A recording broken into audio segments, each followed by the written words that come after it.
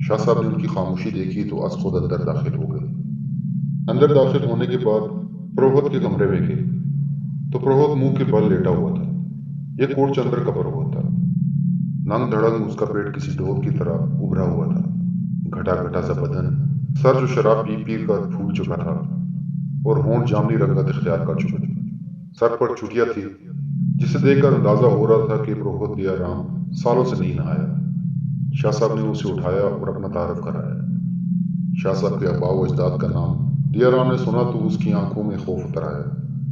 شاہ صاحب نے اس سے ساوتری کے حالات کی بات کی تو دیا رام بھی افسردہ ہو گیا کہ وہ کوٹ چندر کی معصوم لڑکی ہے، جانے کس غارت گر نے اسے اس حال میں کر دیا۔ شاہ صاحب نے دیا رام کو تسلی دی اور کہا کہ وہ اس کا حل تلاش کریں گے۔ اتنے میں دیا رام کا ملازم کانسی کے برتنوں میں پانی لایا اور کچھ کھانے کی اشیاء۔ شاہ صاحب نے ان کی خاطر پانی پیا اور دیا رام سے مندر کا اندرونی حصہ دیکھنے کی اجازت طلب کی، جہاں اعلیٰ ذات کے ہندو پنڈت اور پروہت ہی جا سکتے تھے۔ دیا رام نے اپنے ملازم کو چابی دی اور تاکید کی کہ تالا کھولنے کے بعد تم واپس آ جانا۔ ملازم کیونکہ کمتر ذات کا تسلیم کیا جاتا تھا، اس لیے اسے پروہت نے اندر جانے کی اجازت دی۔ میں اور شاہ صاحب ملازم کے پیچھے چلتے ہوئے اس کمرے تک پہنچے۔ یہ ایک متوسط کمرہ تھا، لیکن اس کا دروازہ آدھے سے زیادہ زمین میں دھس چکا تھا۔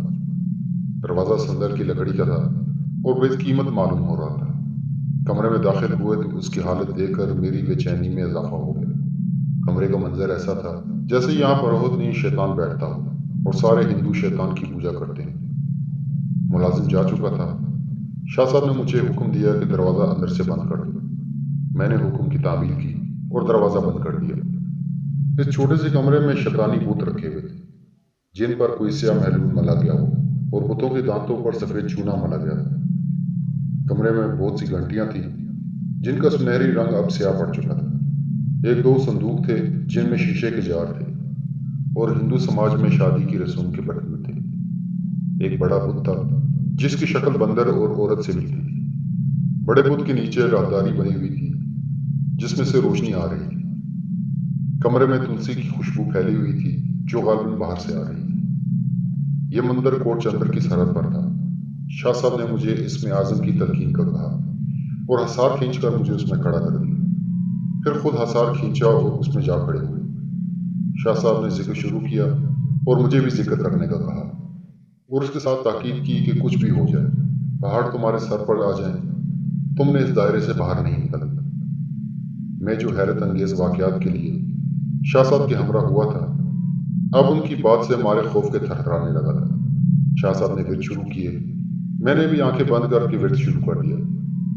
ذکر کرتے کرتے ہر طرف سکون چھا گیا، جیسے ہم کسی باغ میں کھڑے، ٹھنڈی ہوائیں چل رہی ہیں اور چاروں طرف دلکش موسم ہو۔ ایسے میں گرم لو محسوس ہوئی اور میں نے مارے ڈر کے آنکھیں کھول دی۔ شاہ صاحب آنکھیں بند کیے ورد میں مصروف تھے۔ اچانک میری نگاہ بڑے بت پر پڑی اور میں بار بار چیخنے سے بچا۔ اف میرے خدا! اس کے منہ سے کیڑے گرنے لگے اور بلی جتنے چوہے اس بت کے دانتوں کو کاٹنے لگے۔ کمرے میں چاروں کونوں سے سانپ اور دیگر زہریلی مخلوقات نکل کر اس بڑے بت سے لپٹنے لگی تھی۔ ایسے میں گھنٹیاں اپنے آپ ہی بجنے لگی اور بجتے بجتے ایسا شور ہوا کہ میرے کان کے پردے پھٹنے لگے۔ شاہ صاحب بدستور آنکھیں بند کیے ورد میں مصروف تھے۔ اچانک مجھے اپنے پاؤں تلے تری سی محسوس ہوئی۔ میں نے نیچے دیکھا تو اوپر کا سانس اوپر اور نیچے کا نیچے رہ گیا۔ کمرے میں گاڑھا خون کہیں سے نکل کر فرش پر پھیلنے لگا اور ہمارے دائرے میں آ چکا تھا۔ میں نے چاہا کہ شاہ صاحب کو چیخ کر کہوں کہ استاد صاحب کمرے میں چاروں طرف خون ہی خون ہے اور یہاں سے نکلنے کی کرے۔ خون بڑھتے بڑھتے ہمارے گھٹنوں تک آ چکا تھا اور بتوں کے منہ سے بھی اب نکلنے لگا تھا۔ مجھے ایسے محسوس ہونے لگا جیسے کمرے کی چھت اب گرنے والی ہے۔ مجھے چکر آنے لگے۔ قریب تھا کہ میں گرتا، مجھے کسی نے تھام لیا۔ جب ہوش آیا تو میں حملات کی پہاڑیوں میں اپنے خیمے میں تھا۔ شاہ صاحب میرے سرہانے بیٹھ کر کچھ پڑھ رہے تھے۔ مجھے ہوش میں آتا دیکھ کر ان کی جان میں جان آئی۔ وہ کھڑے ہوئے اور 2 رکعت شکرانے کے نوافل پڑھنے لگے۔ مجھے ایسا لگ رہا تھا جیسے چیونٹیوں نے مجھے کھا لیا اور بس ہڈیاں رہ گئی۔ نکاہت ایسی ہو رہی تھی جیسے میں مدتوں کا مریض ہوں اور بس 2 گھڑی کا مہمان ہوں۔ شاہ صاحب نے نماز پڑھی اور مجھے دودھ پیش کیا۔ مشکلوں سے دودھ پیا تو شاہ صاحب کہنے لگے کہ خوش قسمت ہو جو زندہ ہو۔ میں نے پوچھا کہ شاہ صاحب ہوا کیا تھا؟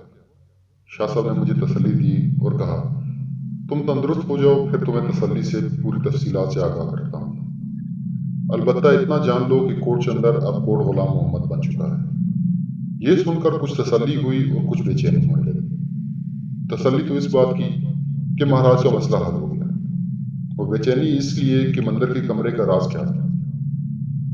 ہنگلاج کی پہاڑیوں پر موسم غبار آلود تھا، ہوائیں چل رہی تھیں اور نیچے ہندو زائرین کا اچھا خاصا رش لگا ہوا تھا جو ہنگلاج مندر کی زیارت کو آئے تھے۔ اوپر پہاڑی پر میں اور استاد صاحب بیٹھے کل کے واقعے پر بحث کر رہے تھے۔ میں چونکہ آدھے عمل میں ہی بے ہوش ہو چکا تھا اور قریب تھا کہ جل کے بھسم ہو جاتا۔ شاہ صاحب نے بر وقت میرا ہاتھ تھام کر مجھے دائرے کے اندر کر دیا۔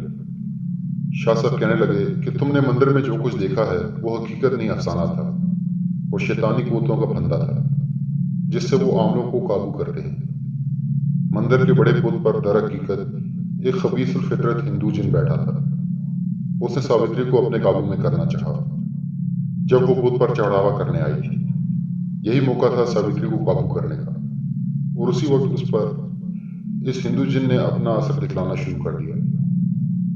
ساوتری کی لمبی زبان بڑھتے ناخن محض ایک چال تھی تاکہ اس کا باپ اور کوٹ چندر کے مہاراج اپنی اکلوتی بیٹی ساوتری کو مندر کے لیے وقف کر دیں، اور پھر یہاں سے ان کا کھیل آسان ہو جاتا۔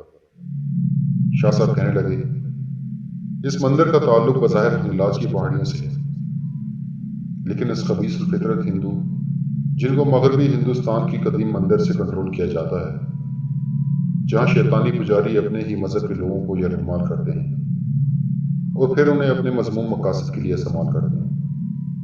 شاہ صاحب کہنے لگے کہ ہندوستان کے قدیم مندروں میں آج بھی یہ رسم ہے کہ وہاں کے پجاری کالے عمل سے نوجوانوں اور لڑکیوں کو اپنے قابو میں کرتے ہیں اور پھر انہیں اپنے مذموم مقاصد کے لیے ان کی بلی چڑھائی جاتی ہے۔ شاہ صاحب نے مزید بتلایا کہ اپنے عمل میں تصویر کے لیے یہ ظالم لوگ مردہ تک کھا جاتے ہیں۔ وارانسی جیسے ہندوؤں کے ہاں مقدس ترین شہر کا درجہ حاصل ہے، اور مندروں کا شہر جسے کہا جاتا ہے ان سب خبیثات کا گڑھ ہے۔ شاہ صاحب وارانسی میں رہ کر آئے تھے اور کئی ہندو پنڈتوں کو پچھاڑ کر آئے تھے۔ مختصر یہ کہ کوٹ چندر کے مندر میں قائم بت پر قابض شیطان کو انہوں نے ہنگلاج چلا کر جلا دیا تھا۔ جلانے کی دیر تھی کہ ساوتری کی حالت بہتر ہونا شروع ہو گئی، اس کی زبان سکڑتی گئی اور شام تک ساوتری بھلی چنگی ہو گئی۔ یہ منظر دیکھ کر مہاراج نے شاہ صاحب کے ہاتھ پر کلمہ پڑھا اور مسلمان ہو گئے۔ ان کے کلمہ پڑھنے کی دیر تھی کہ پورا کوٹ کلمہ پڑھنے لگا اور کوٹ چندر کا نام کوٹ غلام محمد رکھ دیا گیا۔ شاہ صاحب کا انتقال ہو چکا ہے، لیکن ان کی زندگی کے بہت سے واقعات آج بھی مجھے ازبر ہیں۔